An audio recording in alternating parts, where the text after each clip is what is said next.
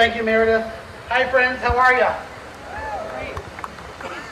I'm never a fan of those speakers that start with, but y'all can be a lot louder. Let's do it again. You ready? There's people watching. Hi, friends. How are you? That's what we're talking about. Secretary Remy, Chairman Nakano, Senators Moran, Kelly, the amazing Senator Dole, Major Taylor, Sergeant Fitzmaurice, congressional staff, National Honor Flight staff, my fellow board members, friends, guests, and most importantly, my fellow veterans. It is a deep and humbling honor to be with you on this incredibly beautiful day. Like Meredith said, Honor Flight was born out of a vision and hard work of our founders, Jeff and Earl. But even then, the planning of today's celebration did not begin with them. The planning for today's celebration began when these incredibly selfless Americans raised their right hands and took an oath to defend this nation, thus giving us all something and someone to honor and celebrate. My friends, today we have all taken our time away from our lives to mark an occasion of something so massive that the only way to commemorate it is to be together with the people who love this nation.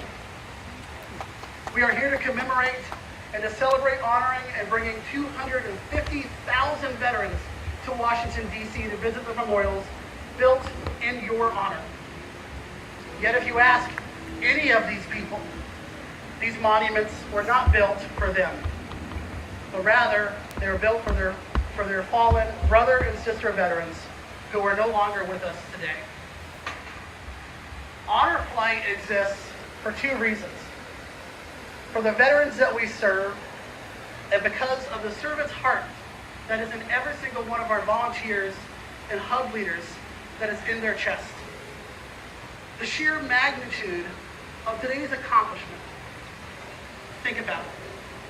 250,000 people, 250,000 veterans is overwhelming. But let's put that into perspective. By comparison, the United States Marine Corps, at its strength, is 180,000 people on active duty. Meaning that over the life of Honor Flight, we have flown more than enough people to create our own branch of the United States military. With that said, absolutely none of this would be possible without partners that step up, see the pure and simple mission of what Honor Flight does, and makes our efforts come to fruition. The reality is that airplanes and buses are not powered by kindness and hugs. They are powered by our donors and our supporters who value our veterans and the work we do every day. It's local hub supporters like ShopRite who gives to our Hudson Valley Honor Flight hub. We are fortunate to have ShopRite President Steve Sabas with us today. Thank you. Yes, please applaud him. There's also national supporters such as our great friends from American Airlines, Randy Stillinger, and others who you'll see later, who not only debuted a new aircraft recently called Flagship Valor, which is draped in the Medal of Honor, but they even lent it to us yesterday and tomorrow to bring all of us. Isn't that amazing? Thank you, Randy. It's partners like Veterans United Home Loans and Pam Swan, my good friend, who are proud to help more veterans achieve their goal of becoming a homeowner and obtaining the American dream. Thank you, Pam.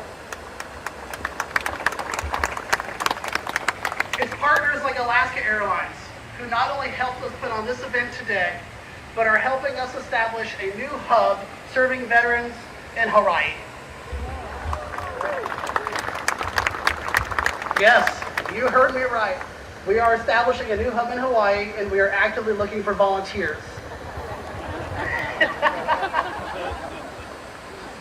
But it's also partners like Clear, which many of you have seen in airports across America. Thank you, Maria. And our friends from Snap-on Tools Incorporated, Terry's here. Snap-on was Honor Flight's first major donor. Today, they ensure the growth of our network and expand outreach to serve more and more veterans, supporting events like this and our programming throughout the year. These people are not just people. They are our friends. And they empower us to do the humbling work of honoring our nation's veterans by sending them on an honor flight. You would please give all of our sponsors a round of applause.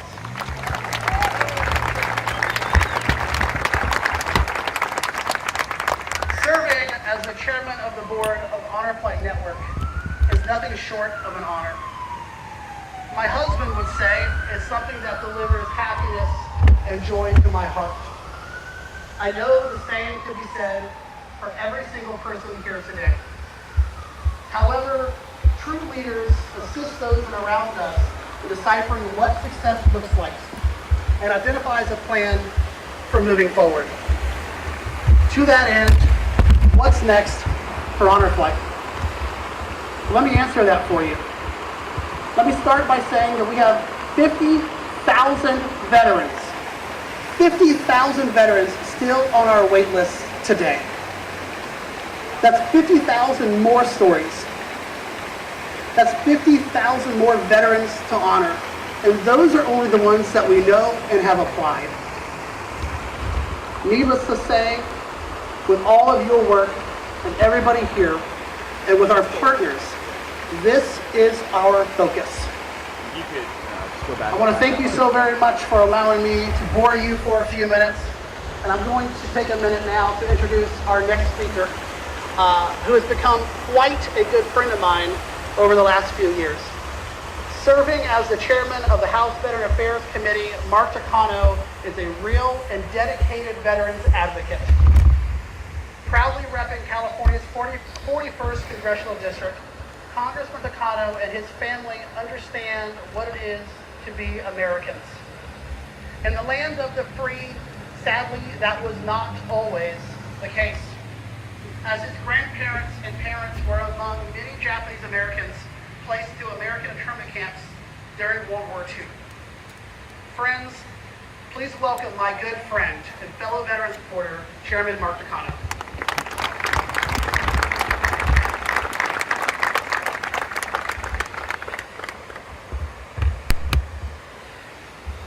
Well, thank you, Matt Schumann. I would add that I also had family members who served in World War II in the famed 442nd Infantry Battalion. You all know the battle cry, right? Go for broke. And so I'm proud to also have that heritage as well. Well, to all the veterans with us today, thank you for your service and your sacrifice. And to the caregivers, family and friends, and volunteers, thank you all for your work to support America's veterans.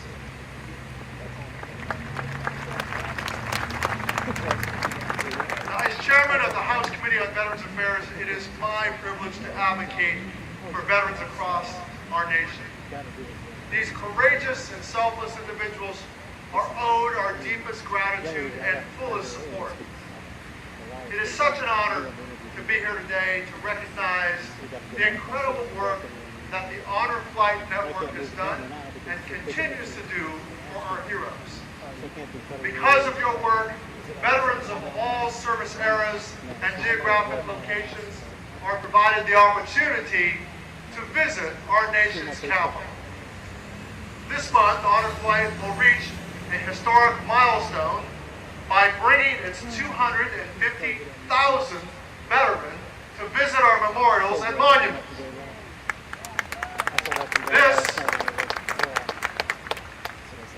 This is 250,000 veterans, American veterans, been able to see in person these symbols that honor their service and sacrifice.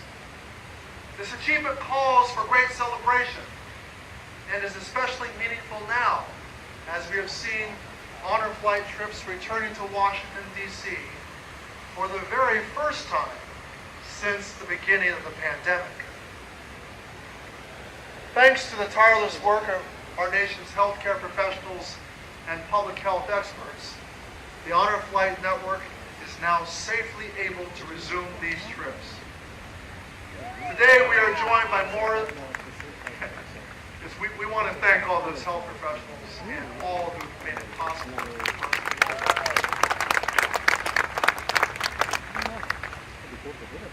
Today we are joined by more than 100 representatives who represent all 5 service branches, service members who served in World War II, the Korean War, and the Vietnam War. But weighing on us too are the memories of those who are not with us today. Those who gave their lives in service to this nation, and the survivors we lost before they had a chance to see the memorials we've created to honor them. This is why the work of Honor Flight is absolutely critical and profoundly meaningful. These trips provide a unique opportunity for veterans to bond over their shared military service and to reflect on their time in uniform. For many veterans, these brief trips to Washington have helped them process decades of wartime trauma. Family members often remark about how their veterans return home from these trips as changed people, finally receiving the welcome home they never got when they returned from service. Countless veterans describe their honor flight as one of the best days of their lives. None of this would be possible without Honor Flight Network's thousands of volunteers working through more than 130 hubs nationwide. And I'm proud to say that this volunteer spirit is present amongst my own staff, one of whom has been a lifetime volunteer with the hub from Madison, Wisconsin. She has shared with me stories of honor flight magic, of long-lost war buddies reconnecting after decades of being out of touch, of school children, and of other tourists spontaneously stopping to thank veterans for their service. Honor Flight volunteers work tirelessly behind the scenes to give each veteran a day they will never forget. So truly, thank you all for your dedication to the veterans you serve. We owe an incredible debt to our service members, past, present, and future. And as we celebrate this milestone for the Honor Flight Network, may we all renew our commitment to ensuring that their sacrifices are honored and never forgotten. So thank you for having me here today. Thank you for your dedication to supporting our veteran community. And thank you for your service.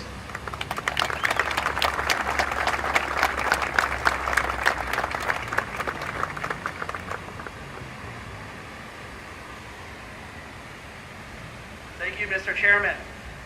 Our next speaker, and I know I said this about Mr. Gatton, but it's true. Our next speaker is also another great friend of mine. You hear that all the time in D.C. But he's also a friend of yours, and he's a friend of every veteran in America and every veteran family. Similar to our other speakers, if you're looking for a fellow veteran advocate on Capitol Hill, someone who cares deeply, then look no further than Senator Jerry Moran of Kansas. Senator Moran is the former chairman of the Senate Veteran Affairs Committee, currently the ranking member, and, well, let me just say this, he hails from the proud land of Senator Bob Dole. Please put your hands together for my friend, Senator Jerry Moran.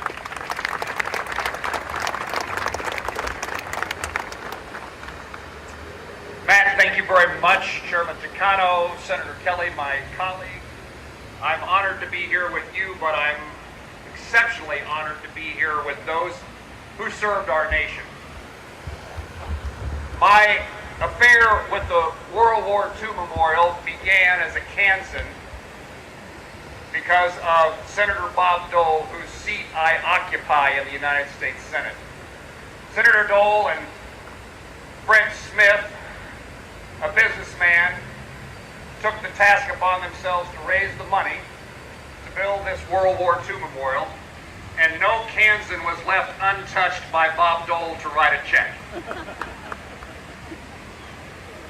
And Elizabeth Dole, it's a privilege and honor to be with you here today, who not only we know cared for a specific veteran, Bob Dole, but works every day personally and through her foundation to make sure that veterans and their caregivers are provided the opportunity to live the best life possible in every circumstance. While Senator Elizabeth Dole will claim North Carolina as home, no Kansan sees you anything else but as a Kansan, and we honor you in all respects.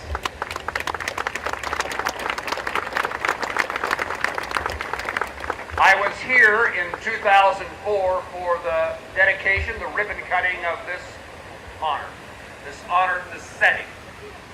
But I visited here just a few days before that. It's become my practice, which unfortunately has become more frequent, that the more frustrated I get with the service in Congress, the more frequently I walk to the Lincoln Memorial to try to get a different perspective on what things should be like.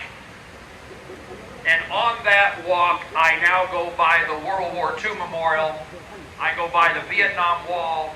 On my way back, after I seeing the Lincoln Memorial, I see the Korean War Memorial. In each of those settings, I am reminded that we honor those who, for no partisan, Republican, or Democrat reason, served their country. And it's a reminder to those of us who serve in Congress and us as American citizens, there is a much higher calling than Republican this or Democrat that. On one of those early trips, just a few days before this memorial opened, I crossed the rope that surrounded it, the fence, and I saw the memorial really for the first time in its near completed state. I found the Kansas monument, and I stepped away to call my dad at home in Plainville, Kansas. I used my cell phone, and fortunately for me, the answering machine picked up.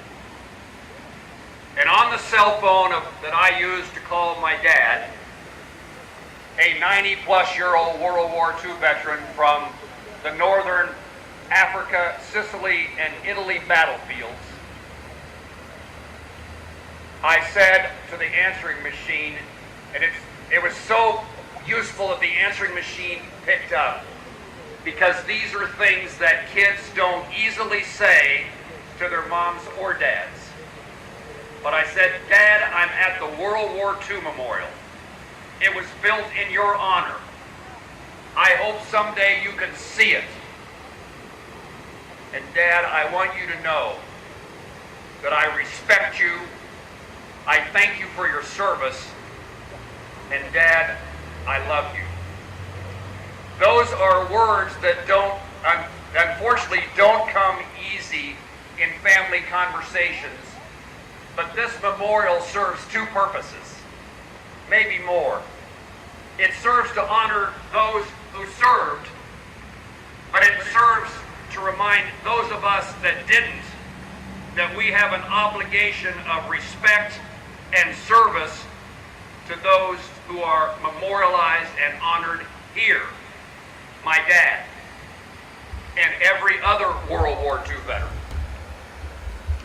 Incidentally, after I completed my walk, I'm on my way back. I was a House member then, on my way to the Rayburn office building, and my cell phone rang. And I picked it up, I answered it, and the voice said, Gerald? I said, yes. It's your dad. You left me a voicemail, but I couldn't understand it. Would you repeat it?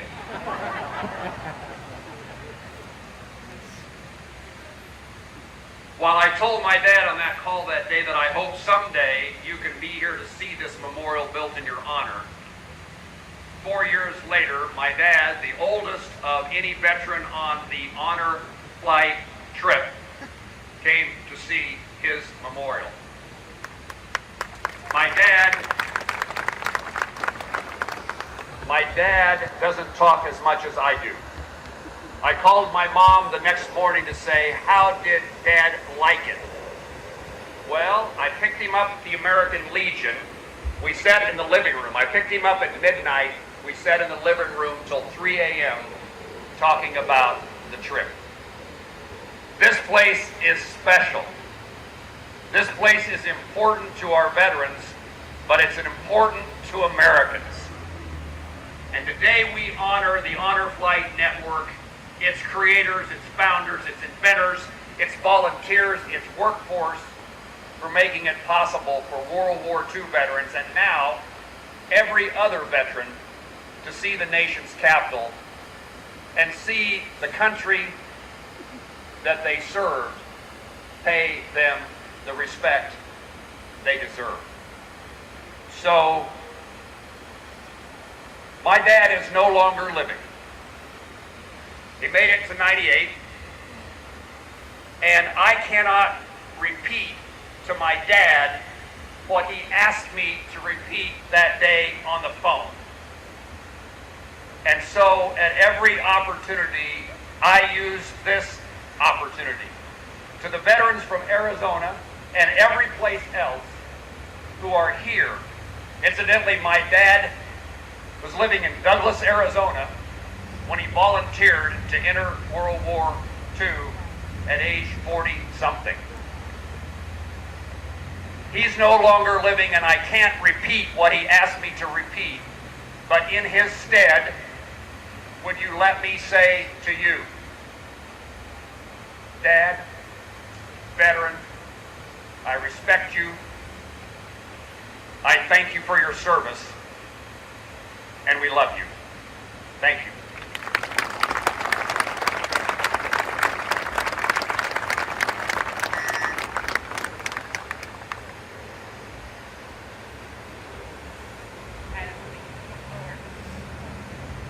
Thank you, Senator Moran.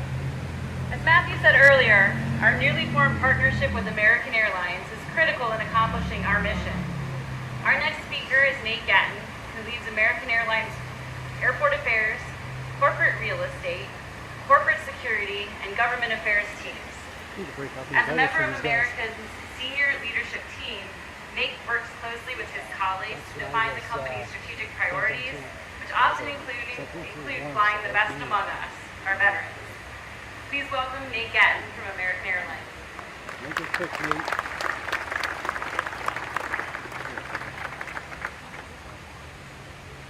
Well, thank you, Meredith.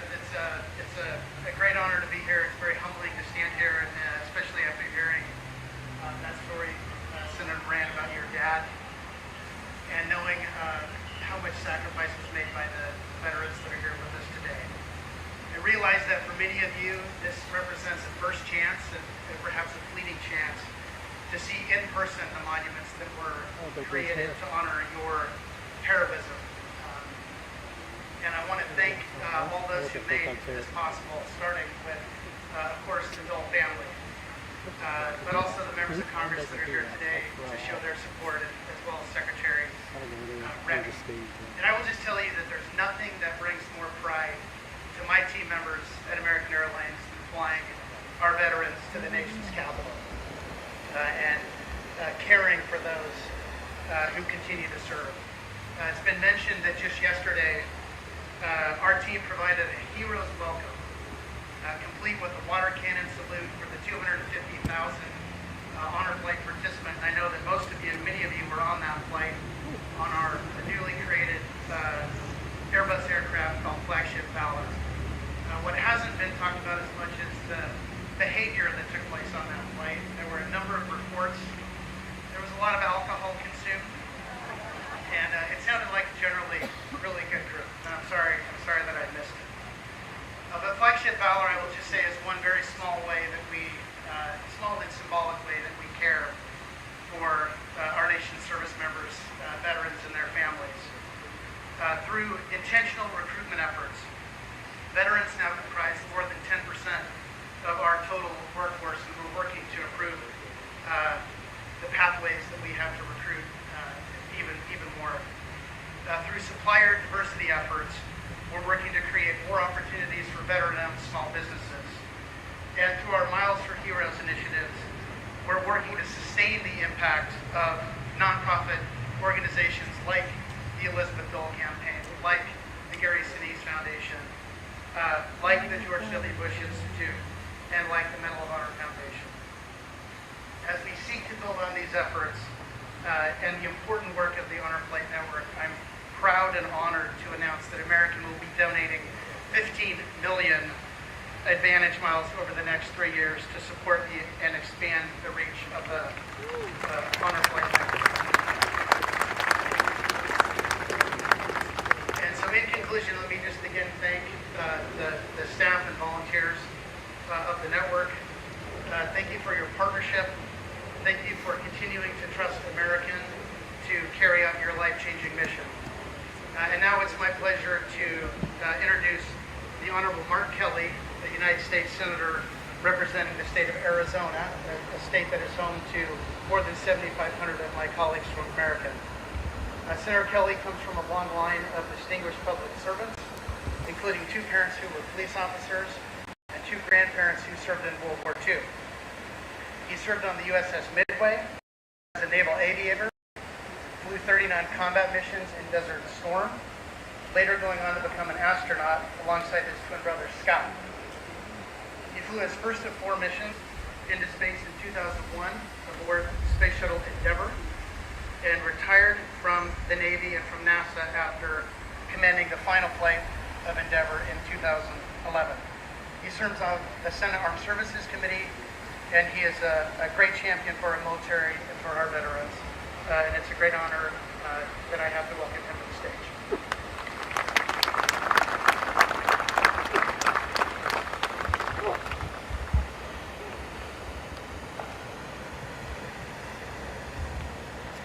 Good afternoon, everybody. Let me start off by saying Senator Jerry Moran and I have something in common. We both follow in the footsteps of 2 amazing veterans. I'm in the Senate seat that John McCain served in, and also giants in the Senate. So I did not realize that. I didn't know your dad was from Douglas. I was down in Douglas just about a week ago. It is great to be here, everybody. An absolute honor to be here with all of you in the presence of so many dedicated Americans. I have to say, the best part of this job, the best part of my job serving in the United States Senate is having the opportunity to do things with veterans. I was just over in Poland the other day meeting with the 82nd Airborne Division. Today in the United States Senate, I was in a committee hearing, and we're trying to figure out everything we need to do to make sure the United States Air Force has what it needs to be the most effective Air Force in the world.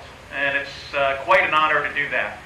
But I want to first thank all the organizers and volunteers and leaders of the Honor Flight Network for all of their hard work. I know this isn't easy. And I want to congratulate them on bringing the 250,000 veteran here to Washington, D.C. That's an incredible milestone, 250,000 veterans. And I'm looking around and can tell you that all of the hard work has paid off. Bringing our veterans full circle to see these memorials is such a deeply American mission, and a worthy one.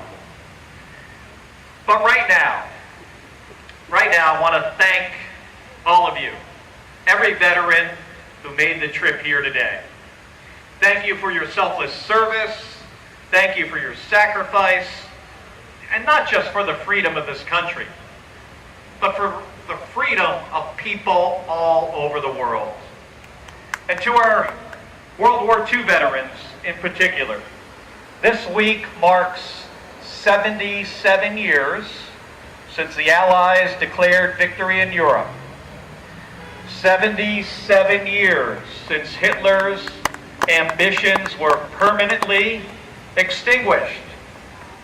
And in August, we will mark 77 years since America declared victory in the Pacific, bringing an end to a brutal series of island conflicts and peace to that part of the world. What remarkable victories these were. And I imagine all of you agree that these were the most important victories in the history of the world. We also know that they came at a great cost. For your generations, hopes and dreams had to be put on hold to fight in nearly every corner of the world. So we will never forget your service and your sacrifice, and those of your fellow service members who didn't make it home or have since passed. It lives on in these memorials and in the stories you have passed on to your families and in the hearts and in the minds of a grateful nation. Now, I know for me, it was the example of the greatest generation that set me on my path. Both of my grandfathers served in World War II. My dad's dad served in the United States Navy on a frigate in the Pacific. And my mom's dad served in the Merchant Marine in the Atlantic on ships bound for Europe. Now, this installed in my family a strong commitment to public service. My father went on to serve in the 82nd Airborne Division. Now, my brother Scott and I were inspired to become naval aviators and eventually astronauts. But the truth is, we all stand on your shoulders, all of us who live in this peaceful and free country. And we remember that today as we once again see a pathetic criminal narcissist who is waging an illegal war in Europe that threatens the freedom and sovereignty of our partners. America is at its best when we pull the world together behind shared values and against malign forces. We learned that from you. And may we never forget it. And may we never forget the sacrifices of America's greatest generation. So thank you. And I want to close by thanking the Honor Flight Network again for making this dream a reality for so many of our veterans that we owe so much to. I hope that as you take in these memorials that you can see just how much your service means to all of us and how your legacy and the lasting positive impact you have had on history. So thank you again for being here. Enjoy your time in Washington. Thank you.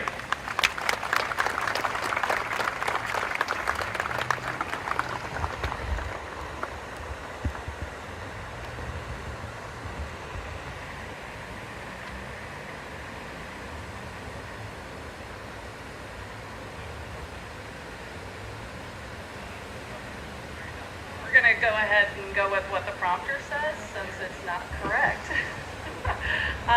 So I am Pam Swan with Veterans United Home Loans, and we are extremely honored to be one of the donors and sponsors for this event. I do take myself back to about 10 years ago when I was in Missouri, and we had an opportunity from our flights to do a little more. We actually had to start on that first honor flight coming from Missouri, and we got to witness firsthand the impact it made on our veterans in mid-Missouri. We were touched and moved by how it created our community, our veterans, to be able to do a little more as well. It was at that time that I was reminded of my